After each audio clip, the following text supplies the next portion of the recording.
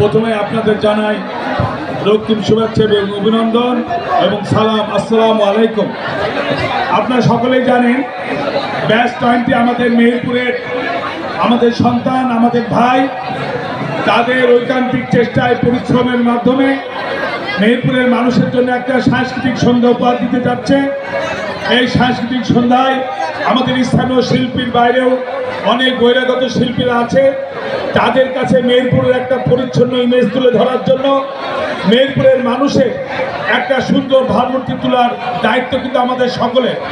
এই কারণে প্রথমেই আমি আজকের দর্শক ভাইদের কাছে, আমাদের সন্তান সম যারা আছেন, ছোট আছেন, তাদের সকলের কাছে আন্তরিকভাবে অনুরোধ করছি আজকের এই অনুষ্ঠানকে আপনারা সফল করে তোলার মাধ্যমে আগামী দিনে আরও এই ধরনের কনসার্ট আয়োজনের সাহস যেন আমরা অর্জন করতে পারি, সেই সুযোগ আপনারা করে দেবেন।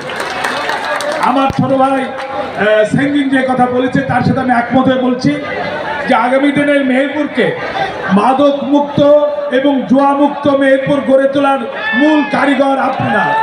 আপনাদের হাত ধরেই আগামী দিনে এই 5ই আগস্টের পর যে স্বাধীনতা এসেছে, সেই স্বাধীনতার স্বপ্ন বাস্তবায়নে আপনাদেরই মূল ভূমিকা পালন করতে হবে। যে কারণে আপনাদের সৎ, সাহস, শৃঙ্খলা এবং মানুষের প্রতি মহত্ববোধ আগামী দিনে একটা সুন্দর বাংলাদেশ, সুন্দর মেহেরপুর গড়ে তোলার জন্য সবচেয়ে বেশি ভূমিকা রাখবে।